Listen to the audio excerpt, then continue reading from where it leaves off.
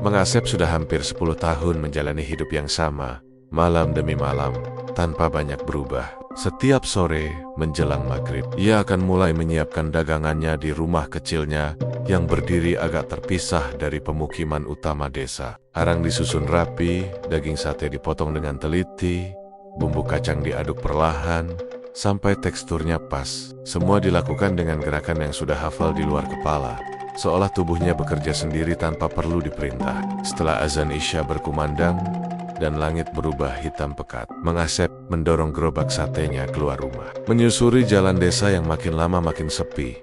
Desa tempat Mang Asep tinggal berada di wilayah Jawa Tengah, jauh dari keramaian kota. Jalanannya sempit, sebagian masih berupa aspal lama yang retak-retak, sebagian lagi tanah keras yang berdebu saat kemarau dan becek saat hujan. Di kiri kanan jalan terbentang sawah yang luas, sebagian sudah panen dan menyisakan jerami kering. Sebagian lagi tampak gelap karena padi masih muda. Kalau malam, suasana desa itu terasa berbeda, sunyi, dingin, dan kadang terasa terlalu sepi untuk ukuran tempat tinggal manusia. Lampu sentir kecil yang tergantung di sudut. Gerobak jadi satu-satunya penerang Mang Asep. Cahayanya kuning redup, cukup untuk melihat bara api dan tusuk sate, tapi tidak cukup untuk menerangi jalan jauh ke depan. Rumah-rumah tua di sepanjang jalan sebagian besar sudah gelap. Jendela tertutup rapat, pintu terkunci, seolah semua orang sepakat bersembunyi dari malam. Sesekali Mang Asep berhenti di titik-titik yang biasa didatangi pembeli. Di depan rumah Pak Lurah, di dekat pos ronda, atau di tikungan dekat pohon beringin tua. Tapi malam itu, seperti beberapa malam sebelumnya, pembeli hampir tidak ada. Hanya suara jangkrik yang bersahutan, angin yang meniup dedaunan, dan derit roda gerobak yang terdengar terlalu jelas di tengah kesunyian. Sebenarnya, banyak orang desa yang merasa heran dengan kebiasaan Mang Asep. Sudah sering ia ditegur, dinasihati, bahkan diperingatkan secara halus. "Mang, wis wengi, ojo kesuwen dodolan," kata seorang tetangga suatu sore. "Sudah malam, jangan terlalu lama jualan." Tapi Mang Asep selalu tersenyum kecil, menanggapi dengan santai seolah tak ada beban sama sekali. "Rezeki mah orang ngerti waktu," jawabnya. Rezeki itu tidak kenal waktu. Jawaban itu sudah jadi semacam kalimat andalan Mang Asep. Diucapkan berulang-ulang, sampai terdengar biasa. Tapi di balik nada santainya, ada sesuatu yang tidak pernah ia ceritakan pada siapapun. Ada alasan kenapa ia lebih memilih berjalan di malam hari, sendirian, dibandingkan duduk tenang di rumah.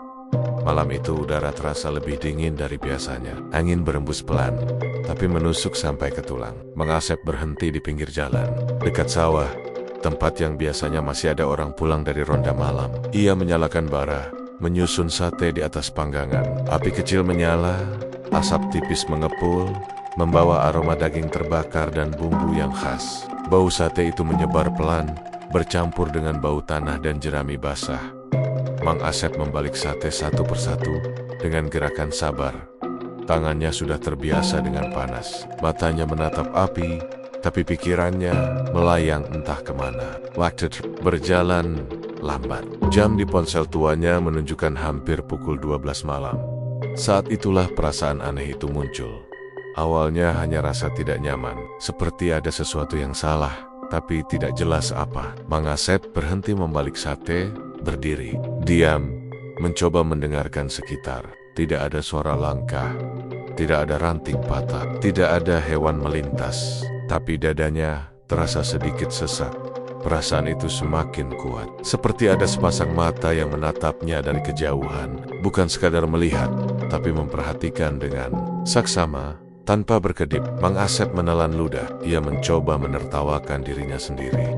"Paling perasaanku gumamnya pelan. "Paling cuma perasaan saja." Tapi bulu kuduk di tengkuknya perlahan berdiri. Ia mematikan kipas kecil di gerobak, membuat suasana makin sunyi. Dengan hati-hati, Mang Asep menoleh ke ujung jalan desa yang lurus dan gelap. Cahaya lampu sentir tidak sampai ke sana. Yang terlihat hanya bayangan samar sawah dan pepohonan. Kosong, tidak ada siapa-siapa. Namun entah kenapa, rasa dingin di tubuhnya justru semakin menjadi. Angin yang berembus kini terasa berbeda, lebih berat, lebih lembab, sepet membawa bau lain selain asap sate. Bau yang asing, sedikit anyir, tapi samar, Mang Asep kembali menatap panggangan, mencoba fokus. Ia membalik sate dengan gerakan sedikit lebih cepat, seolah ingin segera menyelesaikan pekerjaannya.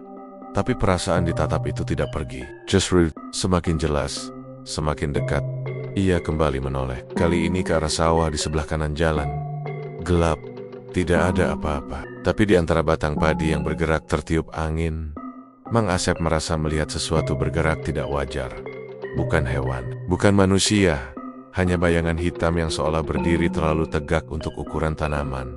Jantung Mang Asep berdetak lebih cepat.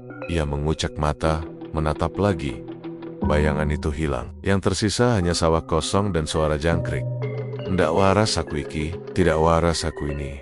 Ia mencoba menenangkan diri, menarik napas dalam-dalam, menghembuskannya perlahan. Tapi tangan yang memegang tusuk sate sedikit bergetar. Mang Asep sadar, sudah lama ia tidak merasa seperti ini. Perasaan terancam tanpa sebab yang jelas. Perasaan yang mengingatkannya pada masa lalu yang seharusnya sudah terkubur dalam-dalam. Masa ketika ia masih muda, masih bodoh, dan merasa dunia tidak akan pernah menuntut balasan atas perbuatannya. Angin tiba-tiba berhenti. Asap sate tidak lagi bergerak ke samping, tapi naik lurus ke atas. Udara terasa berat, seolah menekan dada. Mang Asep merasakan telinganya berdenging pelan. Lalu, sangat pelan, seperti bisikan dari kejauhan. Terdengar suara yang bukan suara angin, suara perempuan, sangat lirih, hampir tidak terdengar. Sebab menangis tertahan.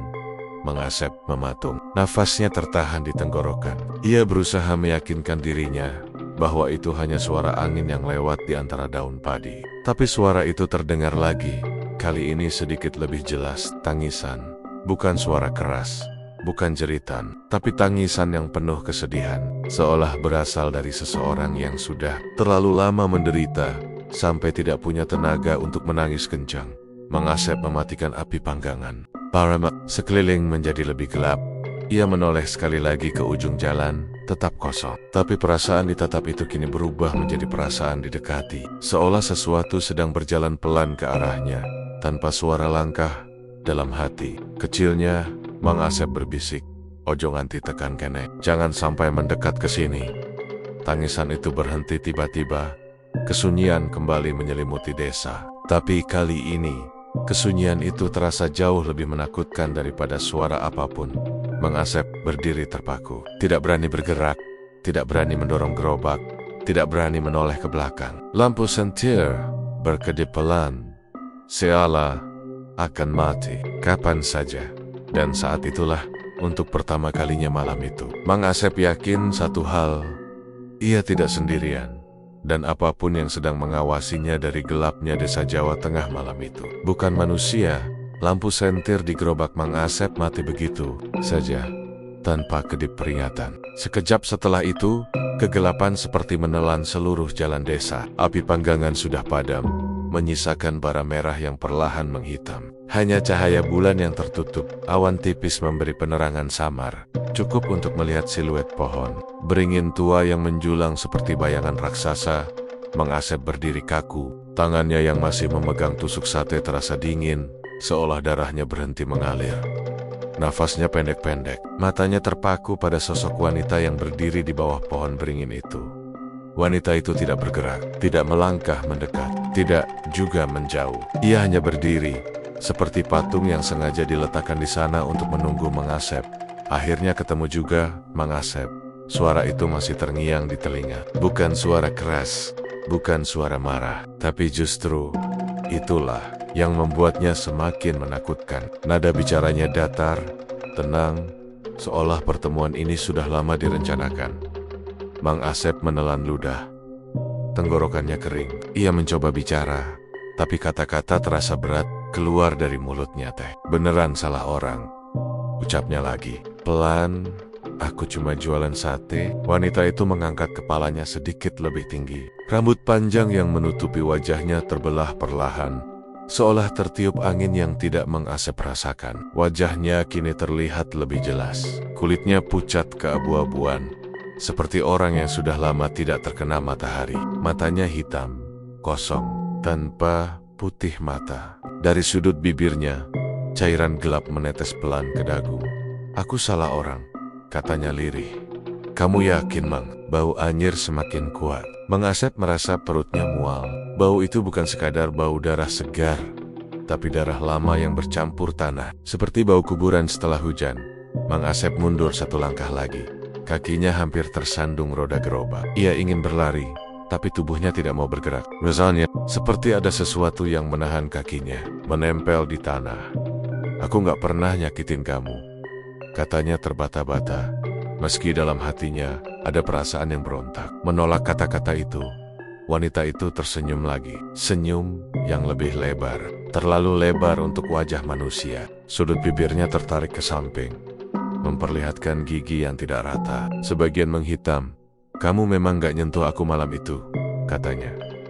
Tapi kata-katamu lebih loro tinimbang pukulan. Lebih sakit daripada pukulan. Kalimat itu menghantam Mang Asep seperti tamparan. Ingatan lama yang selama ini ia tekan dalam-dalam tiba-tiba muncul ke permukaan. Ingatan tentang ejekan, tentang tawa, tentang ucapan kasar yang ia lontarkan tanpa berpikir panjang, lalu ia lupakan begitu saja. Mang Asep menggeleng kuat-kuat. Ora, iku dudu aku, gumamnya. Bukan aku. Wanita itu mulai melangkah. Satu langkah pelan dari bawah pohon beringin. Tanpa suara, kakinya tidak menyentuh tanah, tapi melayang sedikit di atas permukaan jalan. Mang Asep merasakan hawa dingin menyapu tubuhnya. Bulu kuduknya berdiri semua. Nafasnya mulai tersengal. Jarak antara mereka kini tidak sampai 10 meter. Waktu kamu bilang aku perempuan murahan, lanjut wanita itu. Waktu kamu ketawa bareng teman-temanmu. Kamu ingat rasanya? Mang Asep menutup mata sejenak. Gambar-gambar itu muncul. Jalan sempit di kota kecil. Lampu remang, seorang perempuan berdiri di pinggir jalan, membawa dagangan sederhana. Dan suara tawanya sendiri, yang dulu terdengar biasa, kini terasa menjijikkan. Aku bercanda waktu itu, katanya lirih, lebih kepada dirinya sendiri. Wanita itu berhenti melangkah. Kepalanya miring sedikit, seperti sedang menilai jawaban. Mang Asep, candaan, ulangnya. Candaanmu bikin aku pulang sambil nangis. Candaanmu bikin aku berdiri lama di jembatan malam itu. Jantung Mang Asep berdegup keras. Jembatan, ulangnya refleks. Wanita itu tidak langsung menjawab. Matanya menatap Mang Asep dalam-dalam. Tatapan yang tidak berkedip, tidak bergerak. Tatapan orang mati. Kamu gak tahu kelanjutannya, katanya pelan. Atau pura-pura gak tahu. Tiba-tiba angin berhembus kencang. Daun beringin bergesekan, menimbulkan suara gemerisik yang terdengar seperti bisikan banyak orang. Lampu-lampu rumah di kejauhan tetap mati, seolah desa itu benar-benar kosong. Mang Asep ingin berteriak minta tolong, tapi suara tercekat di dada. Ia merasa sendirian, sangat sendirian. Wanita itu kembali melangkah. Kini jaraknya tinggal beberapa meter saja. Wajahnya semakin jelas. Darah di pelipisnya mengalir lebih deras, menetes ke tanah. Tapi anehnya tidak meninggalkan bekas. Kamu masih jualan sate, katanya. Masih muter malam-malam. Kamu pikir aku bakal diem aja? Mang Asep gemetar. Aku cuma cari makan, katanya lemah. Aku orang ngerti apa-apa soal kamu. Wanita itu tertawa kecil. Suaranya kering, seperti daun kering diremas. Kamu ngerti, Mang. Hati kecilmu ngerti. Lampu sentir di gerobak tiba-tiba menyala lagi, berkedip cepat. Dalam cahaya singkat itu, Mang Asep melihat sesuatu yang membuat darahnya serasa membeku. Di balik wanita itu, di bawah pohon beringin, ada bayangan lain. Banyak, berdiri diam, tidak berbentuk jelas, tapi terasa seperti menatap. Lampu kembali mati. Mang Asep kini tidak tahan lagi. Ia memegang gerobak, berniat mendorongnya pergi. Tapi saat ia menarik pegangan, gerobak itu terasa berat sekali. Seolah ditahan dari bawah cau Arab lunga, suara wanita itu terdengar tepat di samping telinganya. Mang Asep menjerit kecil dan berbalik. Wanita itu sudah berdiri sangat dekat. Celak, wajahnya hanya beberapa senti dari wajah Mang Asep. Bau anyir itu membuat Mang Asep hampir muntah. Aku durung rampung. Mang, bisiknya. Aku belum selesai. Mang Asep terjatuh ke tanah. Tangannya menyangga badan. Lututnya terasa dingin menyentuh aspal. Ia merangkak mundur, menjauh dari wanita itu. Tapi setiap gerakannya terasa lambat. Wanita itu menunduk. Sejajar dengan wajah Mang Asep, Matanya kini tampak berair, tapi air itu bercampur darah. "Aku cuma pengen kamu inget," katanya, "supaya tiap kamu bakar sate, kamu ingat bau ini." Ia menghirup udara dalam-dalam, seolah menikmati ketakutan Mang Asep. Mang Asep menutup wajahnya dengan kedua tangan. Air mata mengalir tanpa bisa ia tahan. "Ampun, aku nyuwun ngapura," ucapnya terbata-bata. "Aku minta maaf." Untuk beberapa detik, suasana hening. Tidak ada suara tangisan, tidak ada bisikan, tidak ada langkah. Mang Asep membuka sedikit jari-jarinya. Wanita itu sudah berdiri kembali di bawah pohon beringin. Seperti awal tadi, jaraknya jauh lagi. Rambutnya kembali menutupi wajah. "Kita bakal ketemu maneh, Mang Asep," katanya. "Iki mong wiwitan, ini baru permulaan." Setelah itu, sosoknya perlahan memudar, menyatu dengan bayangan pohon dan gelapnya malam. Bau anyir menghilang pelan-pelan. Angin kembali bertiup normal. Suara jangkrik terdengar lagi, seolah tidak pernah terjadi apa-apa. Mang Asep terduduk lama di jalan. Tubuhnya lemas, pikirannya kacau. Lampu sentir akhirnya menyala stabil, menerangi gerobak sate yang tampak biasa saja, seperti tidak pernah disentuh apapun. Dengan tangan gemetar, Mang Asep mendorong gerobaknya pulang. Sepanjang jalan, ia tidak berani menoleh ke belakang. Tapi, ia bisa merasakan sesuatu mengikutinya. Bukan langkah, bukan bayangan, tapi perasaan bahwa malam-malamnya tidak akan pernah sama lagi. Dan bahwa dosa yang ia kira sudah lama terkubur. Baru saja bangun, Mang Asep berlari tanpa menoleh ke belakang malam itu. Gerobak sate ditinggalkannya begitu saja di pinggir jalan desa. Roda masih miring, tusik-tusik sate berserakan di tanah. Nafasnya terengah-engah, dadanya terasa seperti ditusuk-tusuk jarum. Setiap langkahnya terasa berat, seolah ada tangan tak kasat mata yang berusaha menarik kakinya kembali ke arah pohon beringin. Ia berlari melewati sawah, melewati rumah-rumah gelap, melewati pos ronda yang kosong. Tidak ada satupun orang yang terlihat. Desa itu terasa mati. Sunyi yang biasanya terasa akrab, kini berubah menjadi sesuatu yang menekan, membuat telinganya berdengung. Sesekali Mang Asep merasa mendengar langkah di belakangnya. Bukan suara kaki manusia, tapi suara gesekan halus, seperti kain basah diseret. Di atas tanah, setiap kali ia menoleh, tidak ada siapa-siapa. Tapi rasa di dadanya tidak pernah hilang. Ia baru berhenti saat sampai di depan rumahnya. Tubuhnya gemetar hebat, tangannya bertumpu di lutut, napasnya terputus-putus. Keringat dingin mengalir dari pelipis ke dagu. Ia membuka pintu dengan tangan gemetar, hampir menjatuhkan kunci.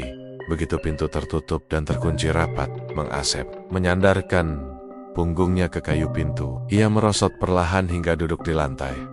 Kegelapan rumah menyelimuti tubuhnya. Hanya cahaya lampu luar yang masuk samar lewat celah jendela. Bisiknya berulang-ulang, seolah kata itu bisa mengusir bayangan yang masih menempel di pikirannya. Malam itu terasa sangat panjang. Mang Asep tidak berani memejamkan mata. Setiap kali kelopak matanya terasa berat, wajah wanita itu muncul di benaknya. Rambut panjang menutupi wajah, mata hitam kosong, senyum yang salah, suara lirih yang memanggil namanya seolah sudah mengenalnya. Sejak lama, ia duduk di sudut ruangan sampai fajar hampir menyingsing. Sesekali ia menyalakan lampu, lalu mematikannya lagi, takut cahaya justru mengundang sesuatu datang. Setiap bunyi kecil membuat tubuhnya tersentak. Suara kayu berderak, angin yang menyusup lewat celah jendela, bahkan detak jam dinding terdengar terlalu keras. Pasti halusinasi, gumamnya berulang kali. Aku kecapekan, kurang tidur, pikiranku ngawur. Ia mencoba meyakinkan dirinya sendiri. Ia bukan orang yang percaya pada hal-hal begituan. Sejak dulu ia selalu bilang bahwa semua bisa dijelaskan dengan logika. Tapi logika itu runtuh begitu saja malam tadi.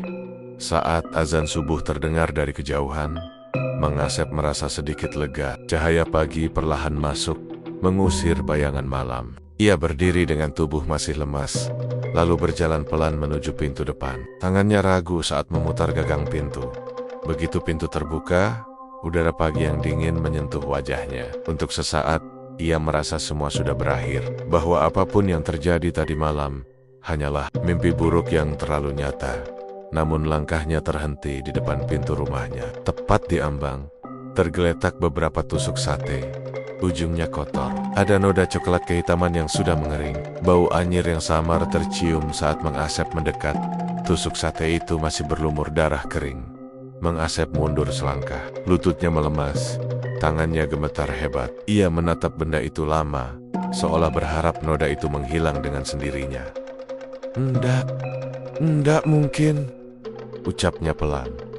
Gerobakku aku tinggal jauh. Tusuk sate itu ia kenal betul. Bentuknya, potongannya, bahkan bekas gosong di salah satu ujungnya. It's a miliknya. Tidak salah lagi, Mang Asep menutup pintu dengan cepat.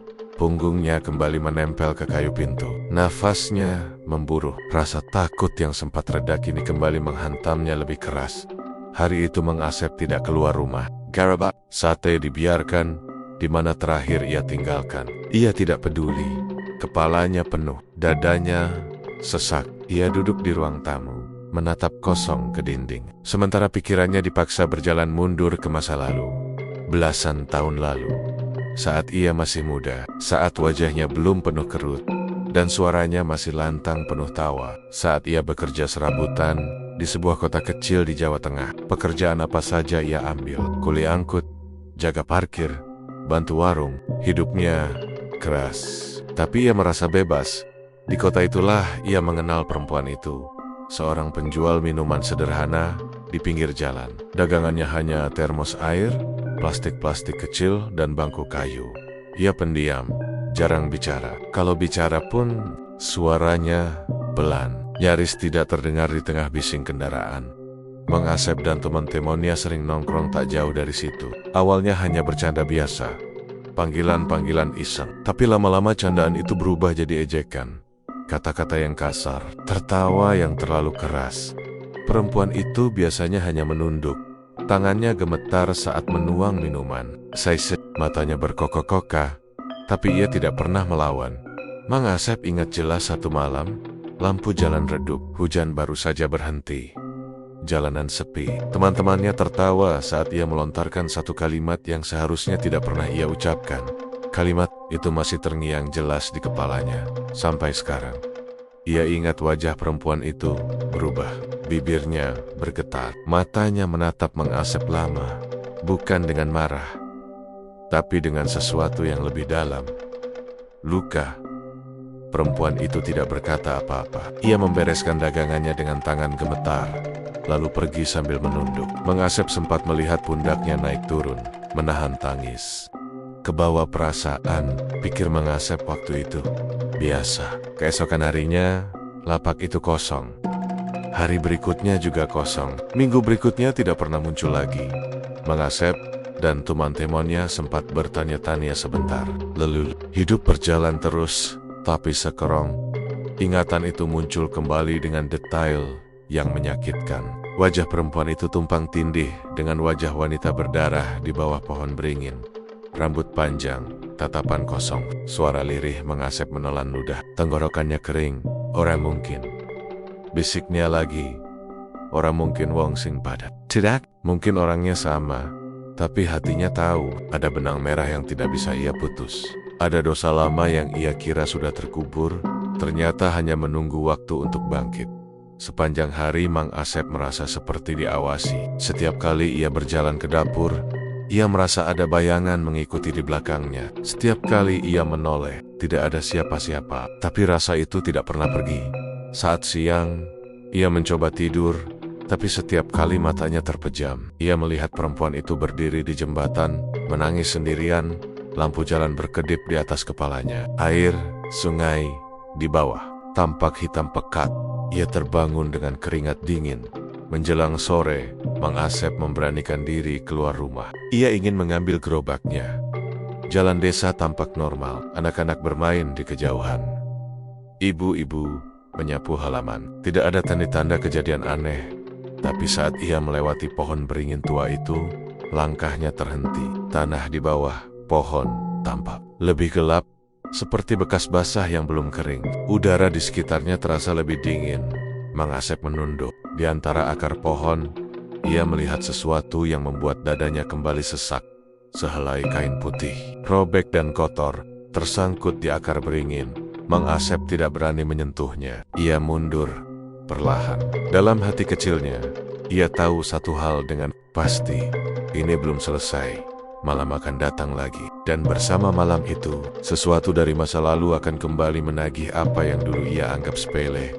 Mang Asep pulang dengan langkah gontai. Ia duduk di rumah, menatap gerobak sate yang kini sudah kembali, tapi terasa asing. Bau arang yang biasa ia cintai kini membuat perutnya mual. Dalam diam, ia berbisik lirih, hampir seperti doa. Yen pancen iki balasan, aku kudu pie. Kalau ini memang balasan, aku harus bagaimana? Tidak ada jawaban, hanya rasa dingin yang perlahan merayap naik dari lantai, menyentuh kakinya, dan menetap di sana, seolah mengingatkan bahwa apa yang sudah bangun tidak akan tidur lagi. Sejak malam di bawah pohon beringin itu, hidup Mang Asep tidak pernah benar-benar kembali normal. Ia tetap keluar berjualan, mendorong gerobak sate menyusuri jalan desa, tapi kini setiap langkah terasa seperti berjalan. Di atas ujung pisau, ada rasa was-was yang terus menempel di dada. Rasa diawasi yang tidak pernah hilang, meski ia sudah berkali-kali menoleh ke belakang. Awalnya sosok itu muncul dari kejauhan saja. Kadang Mang Asep melihatnya berdiri di ujung gang, samar-samar di bawah lampu jalan yang redup. Rambut panjang menutupi wajah, tubuhnya diam, tidak bergerak. Begitu Mang Asep berhenti dan menatap lebih lama, sosok itu menghilang, seolah hanya bayangan mata yang keliru. Tapi perasaan dingin di tengkuknya tetap tinggal, mengalir turun ke punggung.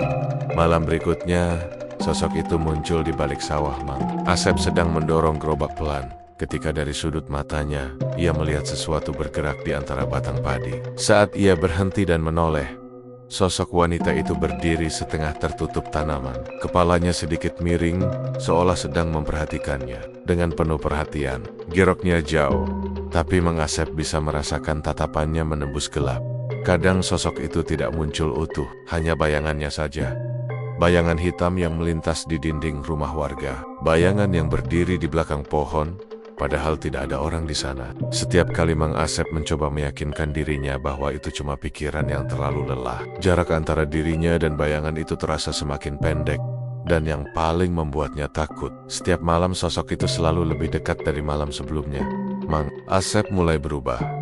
Ia jadi jarang bicara. Senyumnya yang biasanya mudah muncul, kini jarang terlihat. Pembeli yang kebetulan datang malam-malam sering melihat matanya yang cekung, wajahnya yang pucat, dan tangannya yang sedikit gemetar saat membakar.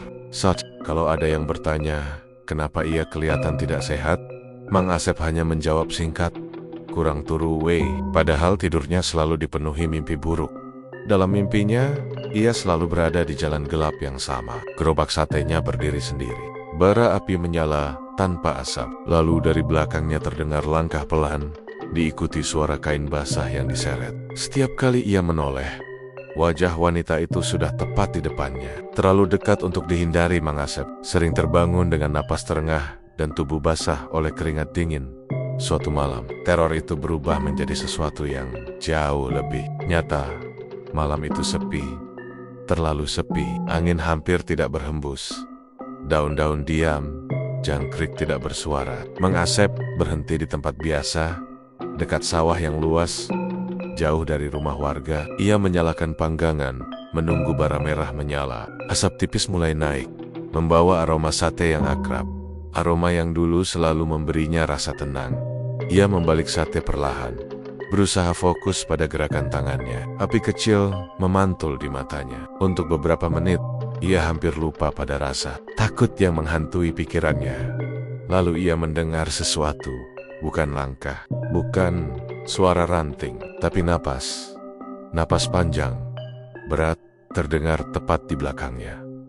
Terlalu dekat, seolah seseorang berdiri persis di punggungnya, menghembuskan udara dingin ke lehernya. Masih jualan, Mang? Suara itu berbisik tepat di telinganya, Mang. Asep membeku. Seluruh tubuhnya kaku. Jantungnya berdetak begitu keras, sampai terasa di pelipis. Bau anyir langsung menyeruak, lebih kuat dari bau sate. Dengan gerakan sangat pelan, seolah takut tubuhnya akan hancur kalau bergerak terlalu cepat. Mang Asep menoleh. Wanita itu berdiri tepat di samping gerobak. Kali ini, ia terlihat jauh lebih rusak. Baju putih yang dulu hanya kotor kini robek di beberapa bagian, lengket di tubuhnya seperti kain basah. Perutnya berlumur darah hitam kemerahan, seolah ada luka besar yang terbuka, meski tidak terlihat jelas bentuknya. Rambut panjangnya kusut, menempel di wajah dan leher. Matanya menatap Mang Asep tanpa berkedip. Tangannya yang gemetar terangkat perlahan, menunjuk ke dada Mang Asep. "Kamu bilang aku murahan," katanya lirih. "Kamu bilang aku pantas diperlakukan kayak gitu." Suara itu tidak marah, tidak juga meninggi, justru datar, tenang. Dan itulah yang membuat Mang Asep merasa ngeri, seolah kata-kata itu sudah diulang ribuan kali dalam pikirannya sendiri. Mang Asep merasa kakinya tidak kuat menopang tubuhnya. Lututnya lemas. Ia jatuh terduduk di tanah.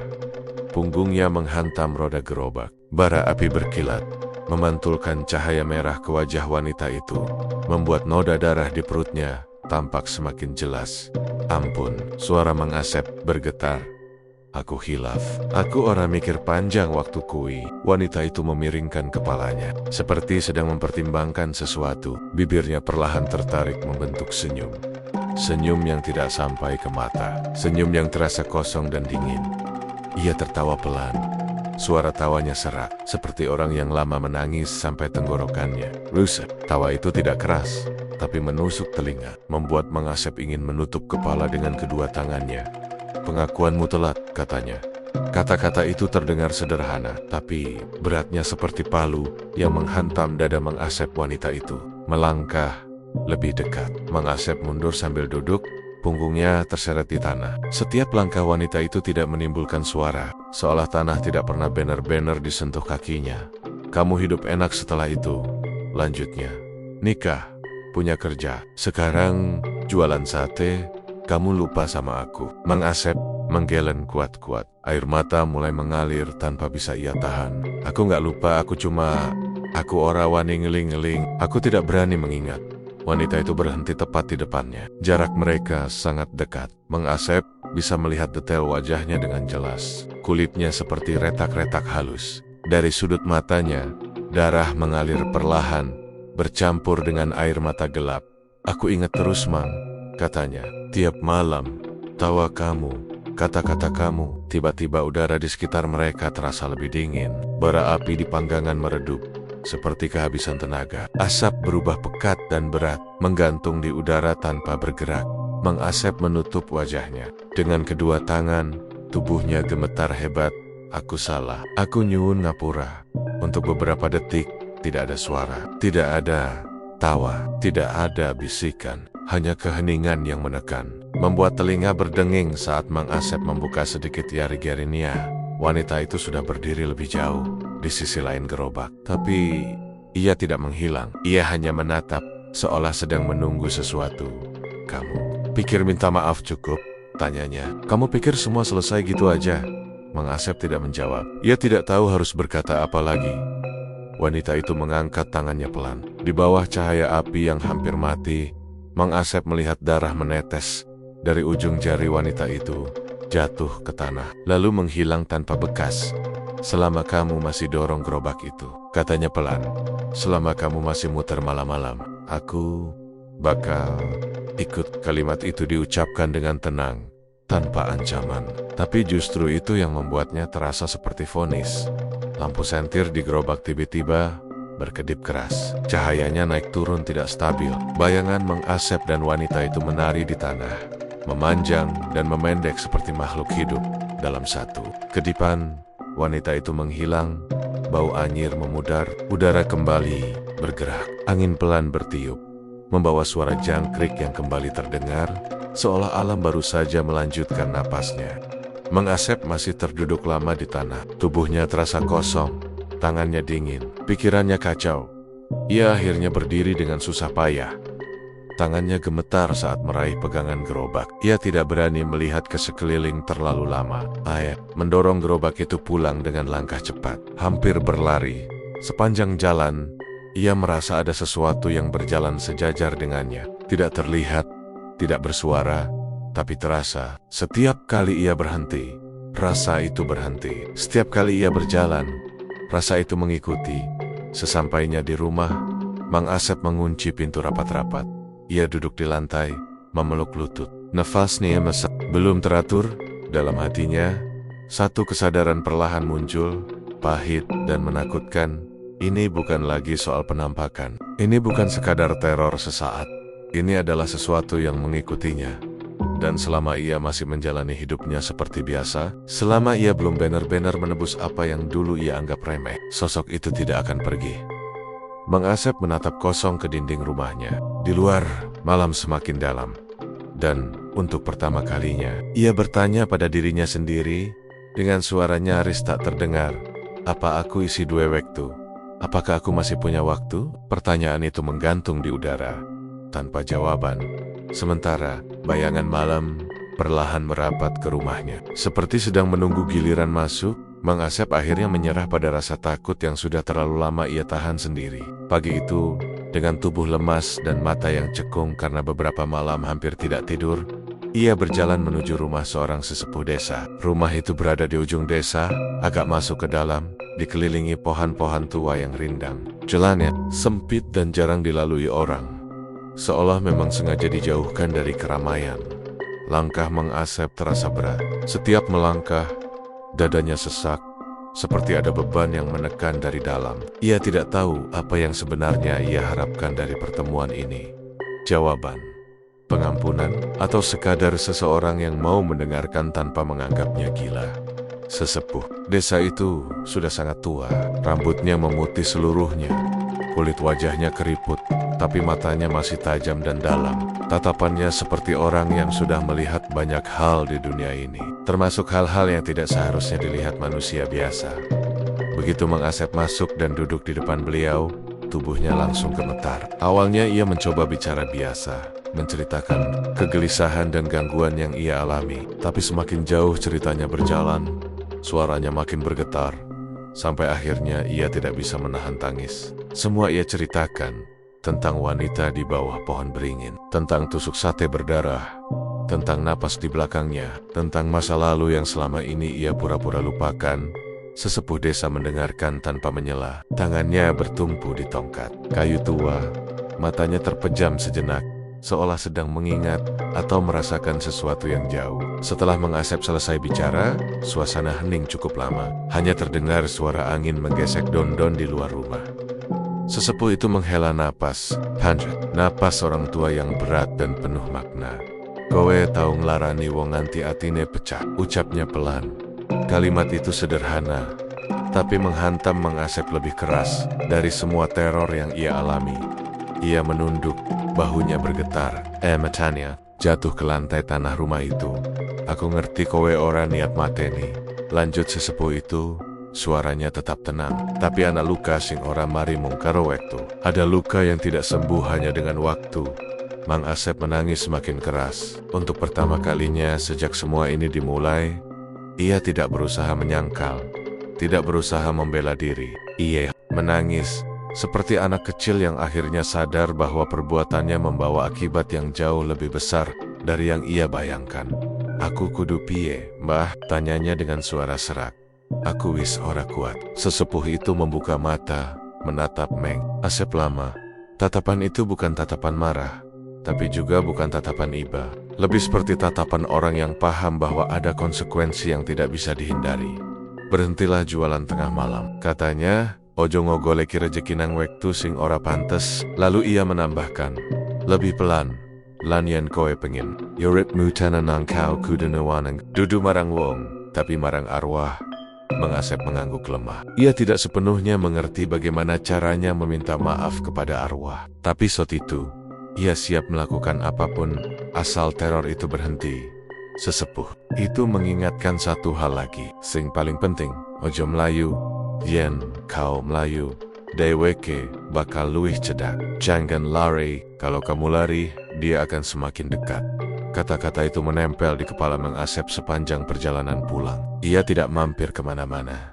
Begitu sampai rumah, ia langsung mengunci pintu. Gerobak sate ia dorong masuk ke samping rumah, ditutup, terpal seadanya, seolah benda itu sendiri kini membawa aura buruk. Malam itu, Mang Asep benar-benar berniat menuruti nasihat sesepuh desa.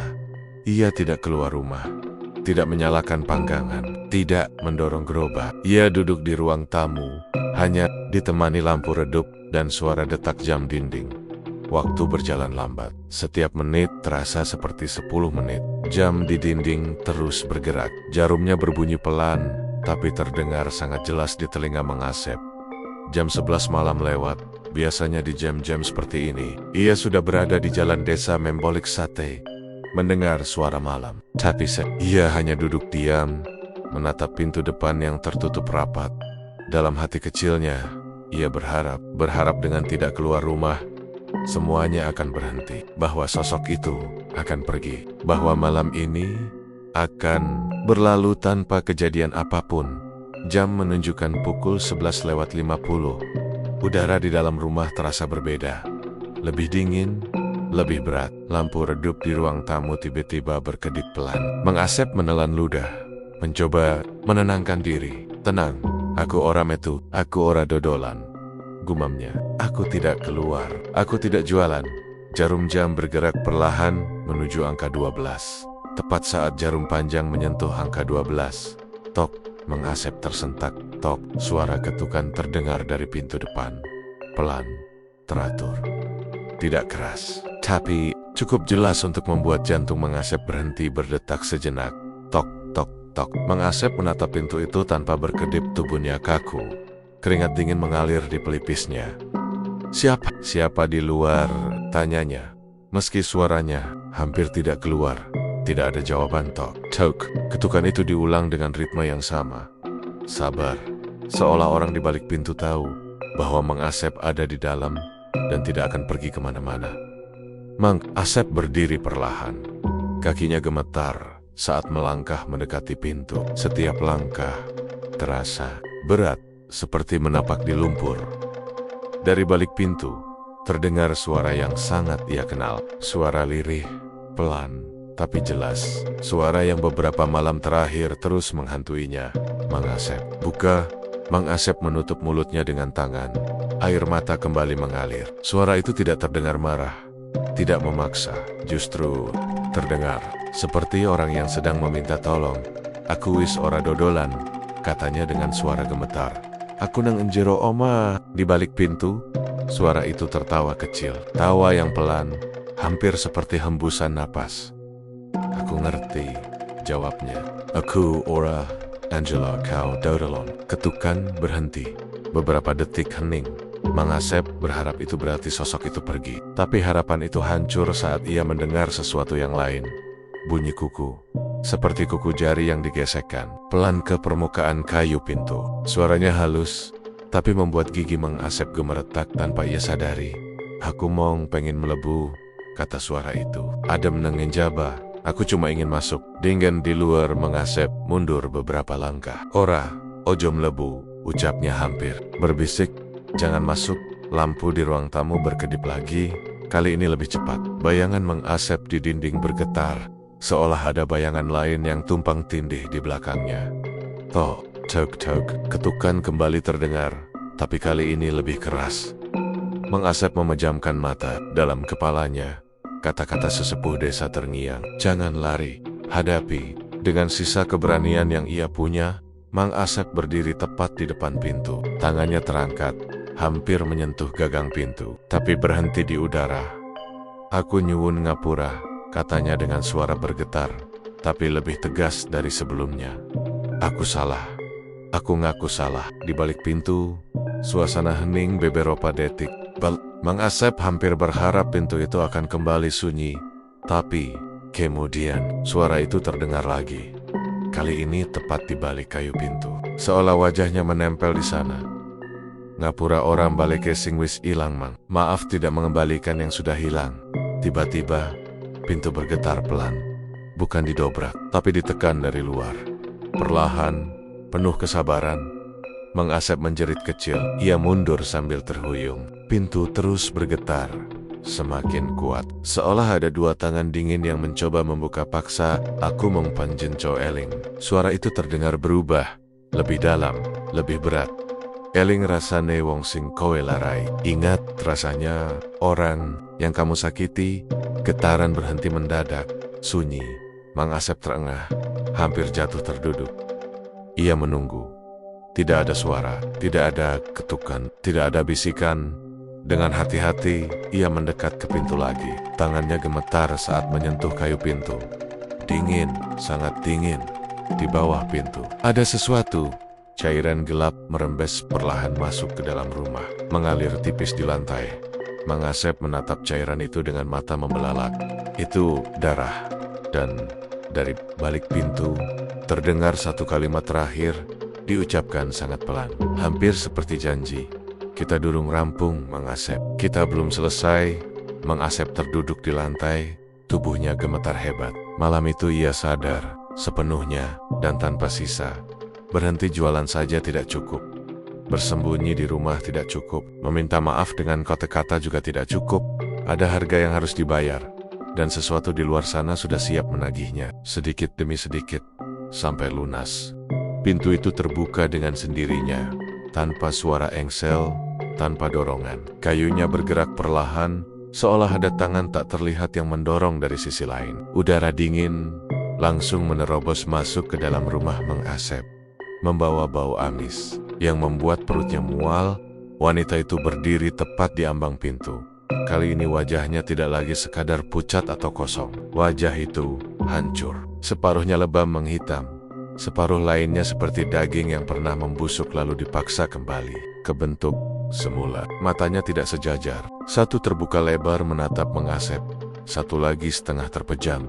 Seolah sudah tidak sanggup menahan berat rasa sakit yang pernah ia alami. Darah menetes dari rambutnya, dari hidungnya, dari sudut bibirnya. Setiap tetes jatuh ke lantai. Dengan suara pelan, tapi di telinga Mang Asep terdengar sangat jelas. Seperti jam yang menghitung mundur hidupnya.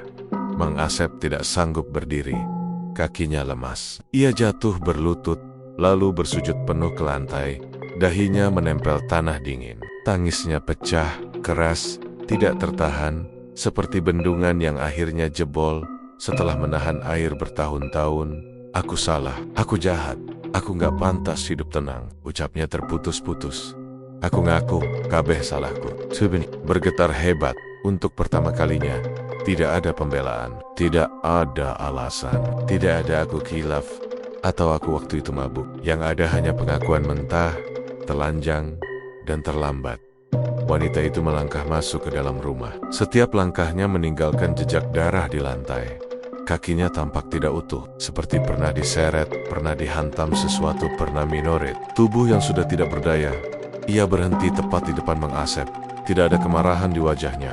Tidak ada teriakan. Tidak ada ancaman. Justru itu yang membuatnya jauh lebih menakutkan. Wanita itu menatap Mang Asep lama. Sangat lemah. Tatapan itu menusuk, seolah sedang membuka satu persatu ingatan yang Mang Asep kubur dalam-dalam. Aku cuma mau kamu ngerasain ketakutan yang aku rasain waktu itu. Ucapnya pelan.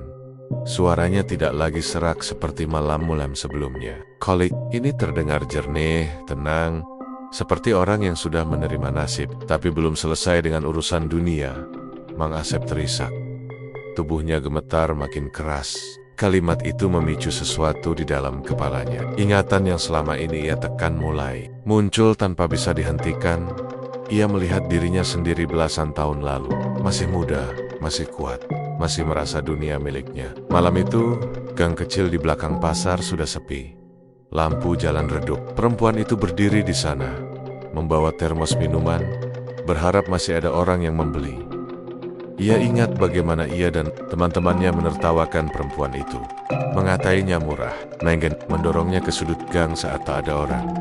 Ia ingat bagaimana perempuan itu menangis, memohon, berkata ia hanya ingin pulang, berkata ia punya ibu di rumah, dan ia ingat bagaimana malam itu berakhir. Tangis Mang Asep semakin kencang. Aku ngerti Saiki, aku ngerti rasa Newedi, ucapnya tercekik. Aku mengerti sekarang, aku mengerti rasanya takut. Wanita itu berjongkok, perlahan menyamakan tinggi wajahnya dengan Mang Asep. Bau darah dan tanah basah memenuhi hidungnya. Mata wanita itu kini menatap lurus ke mata Mang Asep. Nek kowe ngerti rasane, katanya pelan dalam bahasa Jawa. Kenapa kowe tetap urip kaya ora tahu kelakon opo-opo? Kalau kamu tahu rasanya, kenapa kamu tetap hidup seolah tidak pernah terjadi Apa-apa? Kalimat itu menghantam Mang Asep lebih keras dari apapun. Selama ini ia memang hidup seperti itu. Menikah, berjualan, tertawa dengan tetangga, mengeluh soal rezeki. Sementara perempuan itu lenyap, dilupakan, dikubur bukan hanya tubuhnya, tapi juga ceritanya. Lampu rumah tiba-tiba mati, gelap, pekat. Mang Asep menjerit kecil. Ia meraba lantai, mencoba menjauh, tapi tangannya menyentuh sesuatu yang basah dan lengket. Darah masih hangat. Dalam kegelapan, ia mendengar napas. Bukan napasnya, napas lain. Tepat di depannya, "Kowe eling, aku nangis." Suara itu berbisik. Di telingganya, "Kamu ingat aku menangis?" Mang Asep menggeleng keras, meski tahu wanita itu tidak bisa melihatnya. "Eling, aku eling." Tiba-tiba, bau gang sempit itu kembali. Bau sampah, bau tanah basah, bau keringat dan ketakutan. Dinding rumah Mang Asep seolah menghilang. Lantai berubah kasar. Ia merasa punggungnya menempel tembok dingin. Ia sadar, dan ia tidak lagi berada di rumahnya. Ia berada di ingatan itu. Wanita itu berdiri di hadapannya. Tapi kini, wajahnya belum hancur. Masih utuh. Matanya merah karena menangis. Bajunya lusuh. Tangannya gemetar. "Tolong, aku arep muleh." Suara itu bergetar. Mang Asep berteriak, Aku ora pengen iki. Tidak, aku tidak mau ini." Tapi tubuhnya tidak bisa bergerak. Ia hanya bisa menonton dirinya sendiri di masa lalu melakukan hal yang sama. Mendengar ejekan, mendengar tawa, mendengar jeritan setiap geritan. Terasa nyata, terlalu nyata. Ia merasakan ketakutan itu. Jantungnya berdegup kencang. Napasnya sesak. Dadanya seperti diremas. Untuk pertama kalinya, ia benar-benar merasakan bagaimana rasanya menjadi perempuan itu. Terjebak, tak berdaya, tidak ada yang datang menolong. Manhek, ia merintih. Berhenti. Tapi ingatan itu tidak berhenti. Malam itu diputar ulang. Tapi kali ini, Mang Asep bukan pelaku. Ia korban. Saat semuanya gelap lagi, Mang Asep jatuh, terjerembab. Ia muntah, meski tidak ada apapun yang keluar. Tubuhnya menggigil seperti orang demam tinggi. Lampu rumah kembali menyala tiba-tiba. Mang Asep kembali berada di ruang tamunya. Wanita itu berdiri beberapa langkah darinya. Darah di lantai kini lebih banyak. Dinding rumah tampak retak di beberapa bagian, seperti ikut menahan tekanan dari sesuatu yang bukan milik dunia ini. "Saiki kau wis engkresek," kata wanita itu. "Sekarang kamu sudah merasakan." Mang Asep menatapnya dengan mata sembab. "Yen, iki regane, aku nrimo," katanya pelan. "Kalau ini harganya, aku terima." Wanita itu terdiam. Untuk pertama kalinya, ada perubahan kecil di wajahnya. Bukan senyum, bukan marah, tapi sesuatu yang mirip kelelahan. "Tapi ora kabeh, dosa iso dibayar nganggo rasa wedi," ucapnya. Tapi tidak semua dosa bisa dibayar dengan rasa takut. Dari sudut rumah terdengar suara lain. Suara seperti kayu digesek, seperti sesuatu yang merayap keluar dari bayangan. Mang Asep menoleh dengan susah payah. Bayangan itu bergerak, bukan satu, beberapa, seperti tenggen-tenggen gelap yang muncul dari sudut ruangan, dari bawah meja, dari balik pintu kamar. Udara terasa semakin dingin. Napas Mang Asep berembun. Wanita itu melangkah mundur, menjauh dari Mang Asep. "Aku oradu," katanya pelan. "Aku tidak sendiri." Mang Asep membelalak. "Maksudmu opo?" Bayangan itu semakin mendekat. Mang Asep merasakan tenggen-tenggen dingin menyentuh pergelangan kakinya. Menarik, perlahan, tidak kasar, tapi pasti. Jeritan Mang Asep pecah. Ia berusaha merangkak, tapi tubuhnya ditahan dari berbagai arah. Suara-suara mulai terdengar. Tangisan, rintihan, bisikan, semua bercampur menjadi satu. Tetangga-tetangga di sekitar rumah Mang Asep malam itu mendengar jeritan itu. Jeritan panjang, penuh rasa sakit dan ketakutan.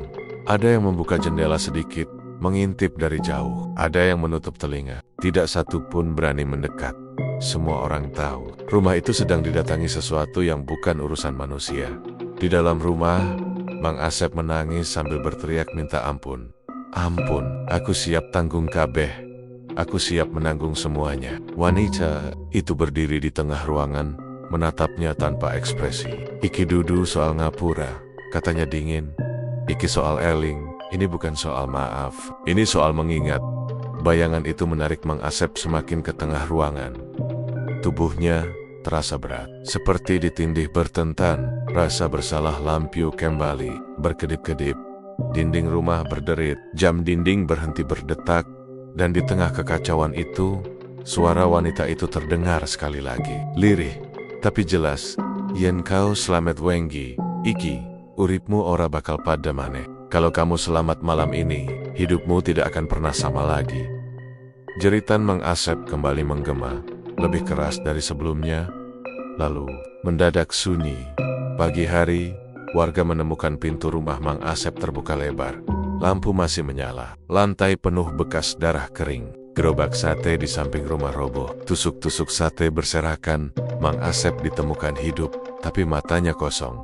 Ia tidak pernah lagi berbicara seperti orang normal. Setiap malam, tepat jam 12, ia duduk menatap pintu, gemetar, dan berbisik. Pelan sendirian, wis eling, aku wis eling. Dan sejak malam itu, tidak ada satupun warga desa yang berani membeli sate yang tersisa di gerobak Mang Asep. Karena mereka bilang, kalau kamu berdiri terlalu lama di dekatnya saat tengah malam, kamu bisa mencium bau darah yang masih hangat, dan mendengar suara perempuan menangis pelan di antara tusak-tusuk sate itu. Pagi itu datang dengan cara yang aneh di desa kecil itu. Matahari memang terbit seperti biasa, tapi cahayanya terasa pucat, seolah enggan banner-banner menyentuh tanah. Ayam berkokok terlambat, dan angin pagi berembus pelan, tanpa membawa kesegaran seperti hari-hari sebelumnya. Beberapa warga yang bangun lebih awal langsung merasa ada yang tidak beres. Meski mereka belum tahu apa, rumah Mang Asep menjadi perhatian pertama. Pintu depannya terbuka lebar sejak subuh. Tidak terkunci, tidak juga rusak. Dari luar, rumah itu tampak biasa saja. Tidak ada bekas darah, tidak ada barang berserakan, tidak ada tanda perkelahian atau kekacauan, seperti yang orang bayangkan setelah mendengar jeritan malam sebelumnya. Justru itulah yang membuat suasananya semakin ganjil. Seorang tetangga memberanikan diri memanggil dari depan pagar. Tidak ada jawaban. Ia melangkah masuk perlahan, jantungnya berdebar, matanya menyapu setiap sudut rumah. Kosong, sunyi, terlalu sunyi untuk rumah yang semalam penuh. Suara Mang Asep tidak ada. Kasur rapi, pakaian tergantung seperti biasa. Dompetnya masih di atas lemari. Bahkan sendal jepit yang biasa ia pakai keluar rumah masih ada di dekat pintu. Seolah ia pergi begitu saja tanpa niat kembali. Atau seolah ia memang tidak pernah banner-banner ada di sana sejak awal. Warga mulai berdatangan. Mereka berdiri di halaman, berbisik satu sama lain. Tidak ada yang berani masuk terlalu jauh. Semua orang ingat jeritan itu. Ingat rasa dingin yang menyusup ke tulang saat suara itu menggema di tengah malam. Ingat bagaimana pintu dan jendela bergetar seperti diterpa angin besar. Padahal malam itu udara nyaris tak bergerak. Lalu seseorang menunjuk ke arah jalan desa. Gerobak sate Mang Asep berdiri di sana. Posisinya rapi, sedikit ke pinggir jalan, tepat di tempat Mang Asep biasa berhenti. Setiap malam, lampu kecil di atas gerobak masih terpasang. Meski sudah mati, arang di tungku masih hitam kemerahan. Saat seseorang mendekat dan menadahkan tangan, hawa hangat masih terasa. Arang itu belum lama padam. Laiki, hangat, gumamnya pelan. Tidak ada yang menjawab. Tusuk-tusuk sate tersusun rapi, sebagian sudah kosong, sebagian masih berlumur sisa kecap yang mengering.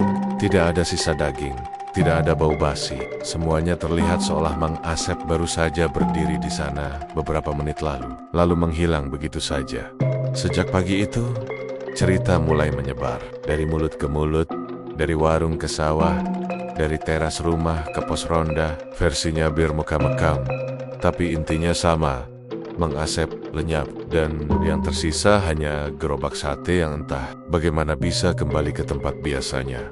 Hari berlalu dengan perasaan tidak nyaman. Anak-anak dilarang main terlalu jauh. Orang memilih pulang sebelum maghrib. Bahkan suara azan sore terdengar lebih pelan dari biasanya, seolah takut memantul terlalu keras di udara.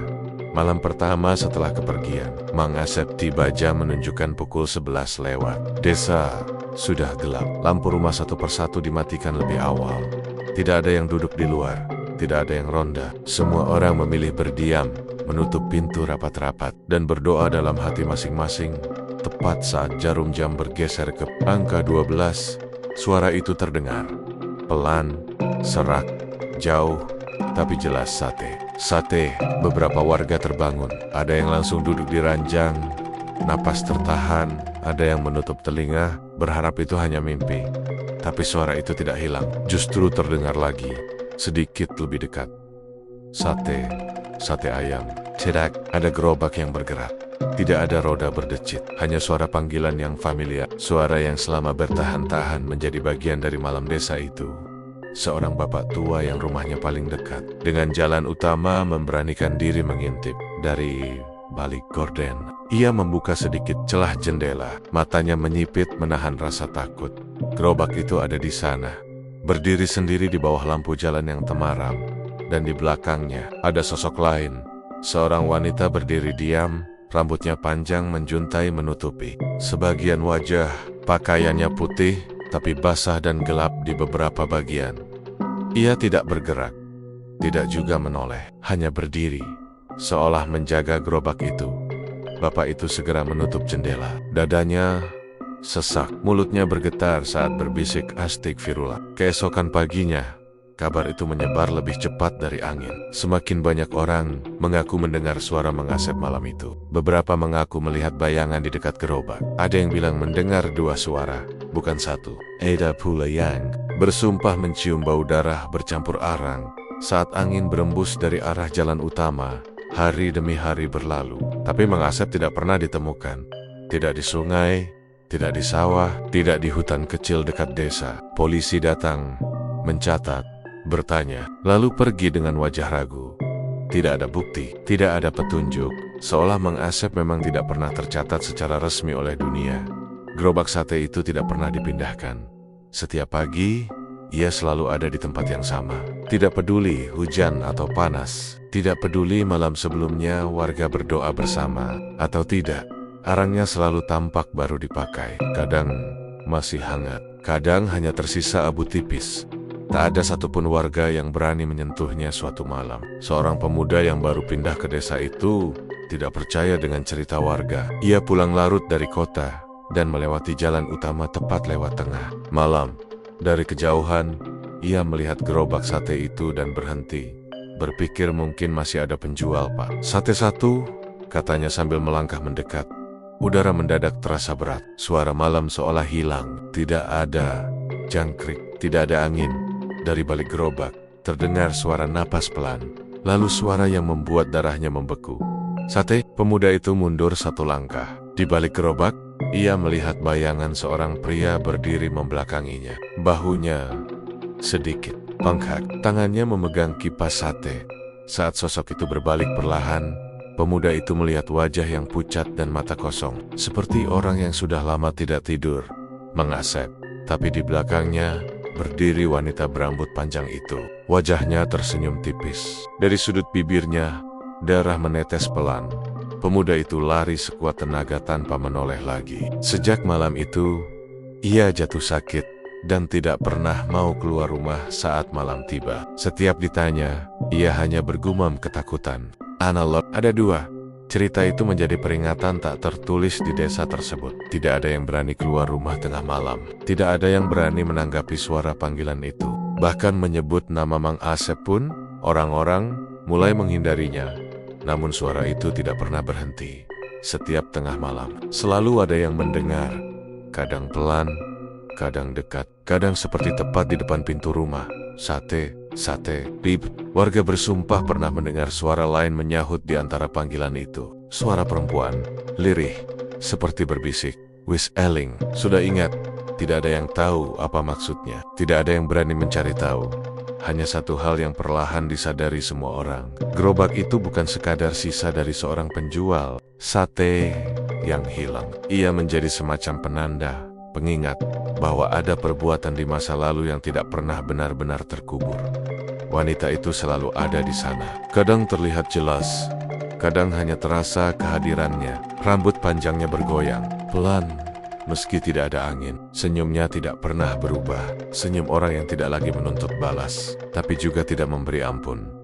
Beberapa orang tua desa berkata pelan, hampir seperti doa, sing salah bakal digoleki salah. Yang salah akan dicari oleh kesalahannya sendiri dan meng-accept. And di mana ia sekarang? Ada yang bilang jiwanya terikat pada gerobak itu. Ada yang bilang ia dipaksa berjualan selamanya, memanggil orang-orang yang lewat sebagai pengingat akan dosanya. Ada pula yang percaya setiap sate yang terjual di tengah malam itu bukan untuk manusia.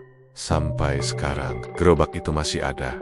Jika suatu malam kamu melewati desa itu dan mendengar suara penjual sate memanggil dari kejauhan, jangan menoleh, jangan menjawab, jangan mendekat. Karena jika kamu melihat ke belakang gerobak itu, kamu mungkin akan melihat seorang wanita berambut panjang, tersenyum sambil berdarah.